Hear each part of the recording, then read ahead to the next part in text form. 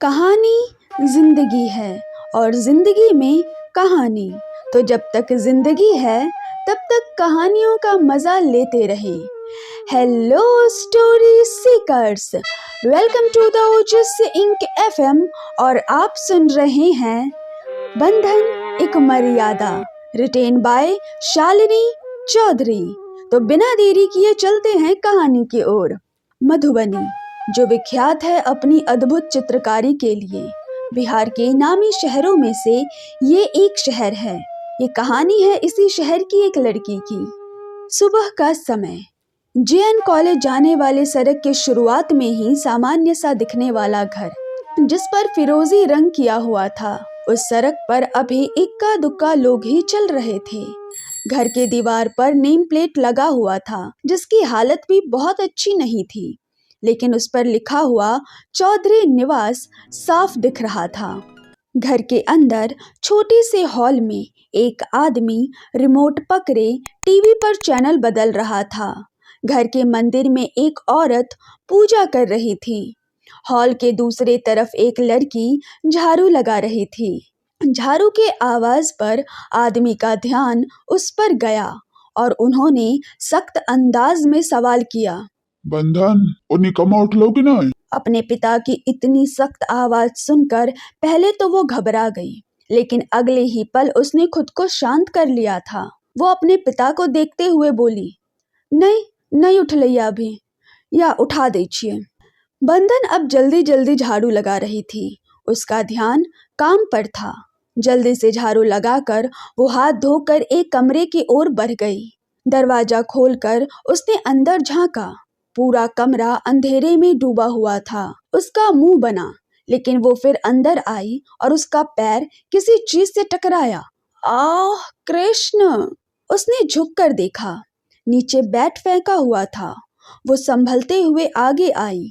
उसने पहले कमरे की खिड़की खोली। क्या लड़का है ये कान्हा! इतनी गर्मी में कौन खिड़की बंद करके सोता होगा, गधा कहीं का। बरबराते हुए उसने खिड़की खोल दिया था। कमरे के अंदर रोशनी फैल गई। चारों तरफ नजर डालते हुए उसने गहरी सांस खींची और मुंह बनाते हुए बोली, हे कान्हा, कमरा है कि कचड़ा घर। मुंह बनाते हुए वो बिस्तर की ओर आई। बिस्तर पर पेट के बल सो रहे लड़के को हिलाते हुए बोली, केशव उठ जल्दी से, पापा गुस्सा कर रहे हैं। केशव उठ! वो लड़का कुनमुनाते हुए बोला, अभी नहीं, अभी सूता दिया, 5 मिनट में उठी छी। उसके ऐसा बोलते ही बंधन ने उसका चद्दर खींचते हुए कहा, ना रे बाबा ना, जब तक तू उठेगा नहीं मैं कहीं नहीं जाने वाली, वरना फिर पिछली बार की तरह पापा से बोलेगा कि मैंने उठाया ही नहीं। अब जल्दी चल वरना। केशव ने नींद में ही चिढ़ते हुए कहा। वरना क्या? क्या वरना? बंधन थोड़ी तेज आवाज में चिल्लाई, पापा, केशव नहीं उठ रहा है। ये सुनकर केशव फौरन उठ गया और बरबराते हुए बोला, उठ गया? मेरी माँ पापा को क्यों बुला रही है? पापा की चमची। केशव के उठते ही बंधन मुस्कुराते हुए कमरे से बाहर चली गई। ये चौधरी परिवार था जो मधुबनी में रहता था। परिवार में कुल 4 सदस्य थे। नारायण चौधरी, उनकी पत्नी सुधीरा चौधरी, उनकी बेटी बंधन और बेटा केशव। यह एक मध्यम वर्गीय परिवार था जिसकी सीमित आय थी, लेकिन उनके बच्चों के सपने बड़े थे। थोड़ी देर बाद केशव फ्रेश होकर हॉल में आया। वहां नारायण चौधरी और सुधीरा बैठे थे। बंधन चाय लेकर आई और सबको चाय देते हुए हल्के झिझक के साथ बोली, पापा, मेरा ग्रेजुएशन अब खत्म हो चुका है और मैं आगे की पढ़ाई के लिए दिल्ली जाना चाहती हूँ। बंधन की बात सुनकर नारायण चौधरी खामोश हो गए। सुधीरा ने बंधन को बैठने का इशारा किया। केशव ने कहा, हाँ पापा, दीदी को जाने दीजिए। वैसे भी यहाँ आगे की पढ़ाई की कोई सुविधा है नहीं, और दीदी को पीआर की पढ़ाई करनी है जो दिल्ली में ही पॉसिबल है। नारायण चौधरी ने केशव को डांटते हुए कहा, तू पहले अपना 10वां पास कर। इसी बार तेरा बोर्ड है और तेरे पढ़ने के रूटीन से तो अगले 4 साल में भी पास नहीं हो पाएगा। नारायण जी की बात सुनकर सुधीरा जी गुस्से से बोली, ये कोई तरीका है बोलने का? कौन जानता है कि कब किसकी जुबान पर सरस्वती जी बैठ जाएं। हमेशा अच्छा बोलना चाहिए। और आप तो बस केशव की पढ़ाई पर ज्ञान मत दीजिए। कभी देखा है कि ये पढ़ाई में क्या कर रहा है? क्या किताब चाहिए क्या नहीं चाहिए, कभी पलट के देखा है? आए बड़े। नारायण चौधरी ने जवाब दिया। अरे भाग्यवान पढ़ने वाला बच्चा होना चाहिए। बंधन को देख लो, इसे भी तो मैंने नहीं पढ़ाया। इसके टाइम पर तो पैसे के अभाव में कोई सुविधा भी नहीं थी, लेकिन फिर भी हर बार डिस्टिंक्शन लाती रही, और इसे तो ट्यूशन भी लगवाया है। सुधीरा जी चिढ़कर बोली, यो भाग्यवान हमरा कहब नहीं, क्या कि अहाँ सने जहिया हमर बियाह भेल तखने हमर कपार फूट गेल। उनकी बात सुनकर बंधन और केशव हंसने लगे। फिर बंधन ने गंभीर होकर कहा, पापा आप क्या कहते हैं इस बारे में? नारायण चौधरी थोड़ी देर चुप रहे, फिर बोले, देखो बिटिया, बाहर जाना थोड़ा रिस्की हो जाता है। पहली बात तो आर्थिक स्थिति की है। तुम ही बताओ, क्या हम सक्षम हैं? बाहर जाने का मतलब है 20-30 हजार महीने का खर्चा। अगर थोड़ी भी सुविधा चाहिए तो ये खर्च 50 से 60 हजार तक पहुंच जाएगा। देखो, अगर कोई ऑनलाइन कोर्स है तो उसे ही ट्राई करो। बंधन निराश हो गई। नारायण जी अपनी बात कहकर खामोश हो गए। सब खामोश होकर बैठे थे। सुधीरा जी भी शांति से बैठी थी। उन्हें समझ नहीं आ रहा था कि इस स्थिति में वो क्या बोले। बंधन भी शांति से बैठी हुई अपने ही सोच में गुम थी। लेकिन कोई था जिसे ये शांति काटने को दौड़ रही थी, और वो था हमारा प्यारा सा केशव, जिसे शांति बिल्कुल भी पसंद नहीं थी। केशव ने खामोशी तोड़ते हुए कहा, पापा, दीदी को जाने दो ना। हम सब कैसे भी पैसे का इंतजाम कर ही लेंगे, और दीदी वहां पर रहेंगी तो जब मेरा बोर्ड हो जाएगा तो मैं भी आगे की पढ़ाई के लिए दीदी के पास ही चला जाऊंगा। सुधीरा जी चिढ़ते हुए बोली, तू तो हर जगह पर खुद को फिट करता रहता है, पहले 10वीं तो कर ले। बंधन उदासी में बैठी थी, जिसे देखते हुए नारायण जी बोले, आ, देखो ना, कोई ऑनलाइन कोर्स हुआ तो ऑनलाइन ही कर लेना। बंधन ने नारायण जी की तरफ देखते हुए कहा, पापा ऑनलाइन कोर्स तो मिल जाएगा, लेकिन मैं रियल लाइफ में भी देखना चाहती हूँ। मैं भी देखना चाहती हूँ कि बड़े शहर में लोग कैसे रहते हैं, कैसे ऑफिस जाकर काम करते हैं, कैसे उनकी लाइफस्टाइल होती है, और लाइफ को कितना बेहतर बनाया जा सकता है। मैं लाइफ के हर फेज को जीना चाहती हूँ, रियल लाइफ की प्रॉब्लम खुद से हैंडल करना चाहती हूँ। सुधीरा जी ने जैसे ही बंधन की बात सुनी, वो चौंकते हुए बोली, इतनी बड़ी भी नहीं हुई है कि ये सब खुद करेगी। और वैसे भी लड़की जात है, ऐसे कैसे अकेले दिल्ली जाने दे? वैसे भी माहौल कुछ ठीक नहीं है। गांव घर में या मधुबनी जैसे शहर में ही ये हाल है। कहीं कोई घटना होती है, कहीं कुछ होता है, और दिल्ली तो महानगर है, वहां तो पता ही नहीं चलेगा क्या हो जाएगा क्या नहीं। बंधन शांति से बोली, माँ आप जो कह रही हैं सब ठीक है, लेकिन जमाना आगे बढ़ रहा है और खराब भी होगा। ये अब ठीक होने वाला नहीं है, इसलिए इसका तो कोई इलाज नहीं है। लेकिन इस डर से कि क्या होगा, हम आगे बढ़ना तो नहीं छोड़ सकते ना। हम इन सिचुएशन से लड़ सकते हैं और लड़कर ही आगे बढ़ सकते हैं। मैं भी लड़ना चाहती हूँ, जमाने के साथ आगे बढ़ना चाहती हूँ। बंधन इतना बोलकर शांत हो गई। नारायण जी थोड़ी देर तक बंधन को खामोशी से देखते रहे, फिर सुधीरा जी को देखकर बोले, आ, हाँ, गाड़ी के चाबी लाओ, हमरा दुकान के लिए निकला के। सुधीरा जी नारायण जी से बोली, पहले आप नहा लीजिए और पूजा पाठ से निवृत्त हो जाइए, इसके बाद दुकान जाइएगा, क्योंकि बंधन अपने कंप्यूटर क्लास के लिए चली जाएगी और केशव को आज जल्दी स्कूल बुलाया है। दुकान पर बैठने के लिए कोई नहीं रहेगा, इसलिए आप पहले अपना काम खत्म करके ही जाइए। नारायण जी उठकर नहाने के लिए चले गए। फिर सुधीरा जी बंधन और केशव को देखते हुए बोली, तुम दोनों भी अपनी क्लास की तैयारी करो। केशव अपना बैग सेट कर लो, और जैसे ही पापा नहा कर निकले तुम भी नहा लो। बंधन घर की सफाई खत्म करके जल्दी से नहा लो, ठीक है? तब तक मैं नाश्ता तैयार करती हूँ, वरना तुम्हारा बाप बिना खाए निकल जाएगा। सुधीरा जी उठकर किचन की तरफ चली गईं और केशव भी अपना बैग ठीक करने चला गया। बंधन कुछ देर वैसे ही बैठी रही, उसके बाद उठकर काम पर लग गई। सबसे पहले उसने अपने मम्मी पापा का कमरा साफ किया, फिर अपना और लास्ट में केशव का। इसके बाद वो जाके नहा ली और मंदिर में जाके पूजा करने लगी। बंधन मंदिर में हाथ जोड़ते हुए बोली, हे बंसीधर, मेरी प्रार्थना सुनो प्रभु। मैं कभी भी किसी पर निर्भर नहीं होना चाहती हूँ। मैं जीवन के हर समय के लिए तैयार होना चाहती हूँ। मुझे आज़ादी चाहिए प्रभु, स्वतंत्रता चाहिए, विचारों का, डिसीजन का। मैं चाहती हूँ कि मैं अपने जीवन के रथ की सारथी खुद रहूं और आप मेरे मार्गदर्शक। हे मोहन, मेरी प्रार्थना सुनो प्रभु, मेरे जीवन को एक नया रंग प्रदान करो। वो पूजा खत्म करके चली गई। उसके जाते ही मंदिर में जो दीप जल रहा था, जिसे बंधन ने जलाया था, उसमें रोशनी एकदम से तेज हो गई, जैसे प्रभु ने उसकी प्रार्थना सुन ली हो और यह उसका संकेत हो। सब एक साथ बैठकर नाश्ता करने लगे। नाश्ते में रोटी और आलू का भुजिया बना था। नाश्ते के बाद नारायण जी दुकान के लिए निकल गए। केशव और बंधन एक साथ ही अपनी क्लास के लिए निकले। रास्ते में बंधन बिल्कुल खामोश थी।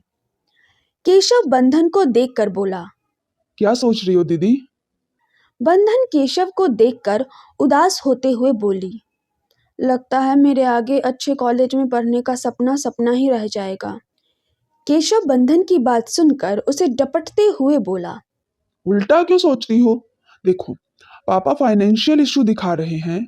अगर इसी से निपट लिया जाए तो मतलब तब कोई बहाना नहीं बचेगा ना। बंधन कंफ्यूज होते हुए बोली, हैं? मतलब क्या है तेरा? हम क्या कर सकते हैं? केशव खुशी से चहकते हुए, और दीदी, ये बोलो कि हम क्या नहीं कर सकते हैं, मतलब समझ रही हो? बंधन धीरे से ना में सिर हिला देती है। अरे छोड़ो, मैं समझाता हूँ। पापा ने कहा कि पैसे की दिक्कत है, इसलिए ऑनलाइन देखो। अब आपका ग्रेजुएशन कंप्लीट है, इसलिए आप किसी भी कंपनी में एक पीए के तौर पर काम कर सकती हो।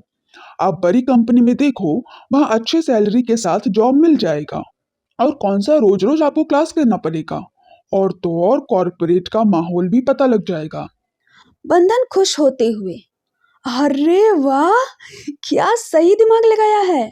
ये बात तो मेरे दिमाग में आई ही नहीं। वैसे मेरे संगत में रहकर तेरा दिमाग भी तेज हो गया है। Well done. इसके बाद वो केशव की पीठ को जोर से थपथपा देती है। केशव चिढ़ते हुए, दीदी मारो मत, चोट लगती है। बंधन एकदम से रुकते हुए बोली, सुन तो, आज पक्का रहा, शाम को हम दोनों ही कंपनी सर्च करेंगे जिसकी हमें रिक्वायरमेंट है। और हाँ, आज घर पर ही रुकना, दोस्तों के साथ मत निकल जाना, वरना पापा को बोल दूंगी कि तू जयनगर गया था घूमने के लिए उस आवारा मोहित के साथ उसकी बाइक पर। केशव हाथ जोड़ते हुए चिढ़कर बोला, हाँ देवी, समझ गया। दिल्ली, गुड़गांव। एक आकर्षक बहुमंजिला इमारत थी जिसकी दीवारों पर बड़े अक्षरों में भार्गव्स कॉर्पोरेट लिखा था।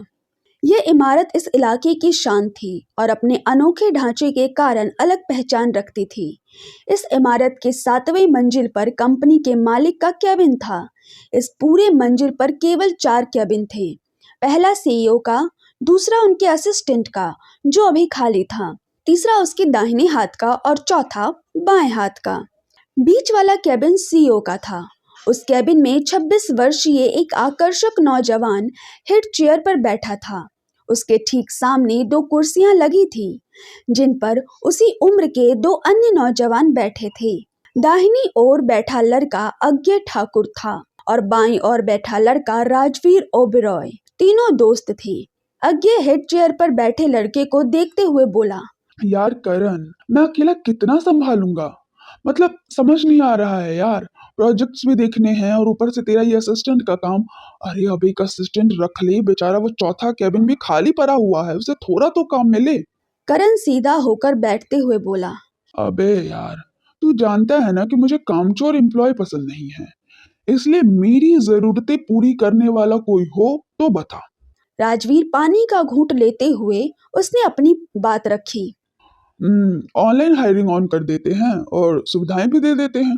कोई ना कोई तो तेरे हिसाब का होगा ही, करण फाइल पलटते हुए बोला, जो तुम दोनों को ठीक लगे।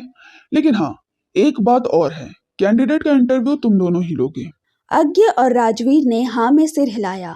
तभी कैबिन का दरवाजा खुला और बाहर से एक बेहद खूबसूरत लड़की अंदर आई। उसने लाल रंग का ऑफ शोल्डर वन पीस पहना हुआ था, जिसकी लंबाई उसकी जांघों तक थी। उसके गोरे बदन पर लाल रंग का वह ड्रेस बेहद खूबसूरत लग रहा था। उसने हाई हील पहने हुए थे। उसका चेहरा बहुत खूबसूरत था। पतले होठ, लंबी नाक और खूबसूरत आंखें। वो परी जैसी लग रही थी। बड़े नखरे से चलते हुए वो करण के बगल में आकर खड़ी हो गई।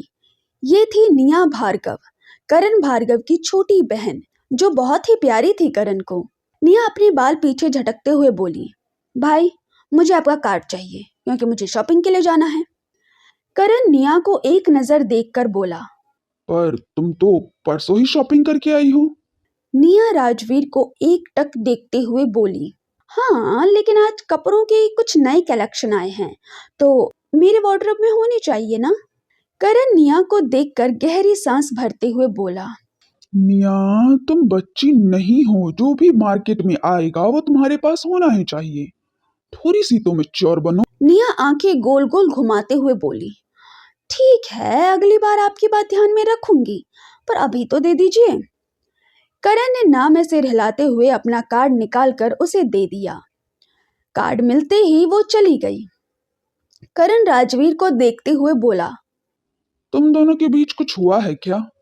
करण के इस सवाल पर राजवीर को रात की बात याद आई। फ्लैशबैक। दिल्ली के एक महंगे बार स्काई हेवन बार, जो अपनी लग्जरी के लिए प्रसिद्ध था, में एक लड़का और लड़की नशे में धुत एक दूसरे की बाहों में बाहें डाले डांस फ्लोर पर नाच रहे थे। वहीं बार काउंटर पर बैठा राजवीर अपनी आंखों में गुस्सा लिए बस उन दोनों को घूर रहा था।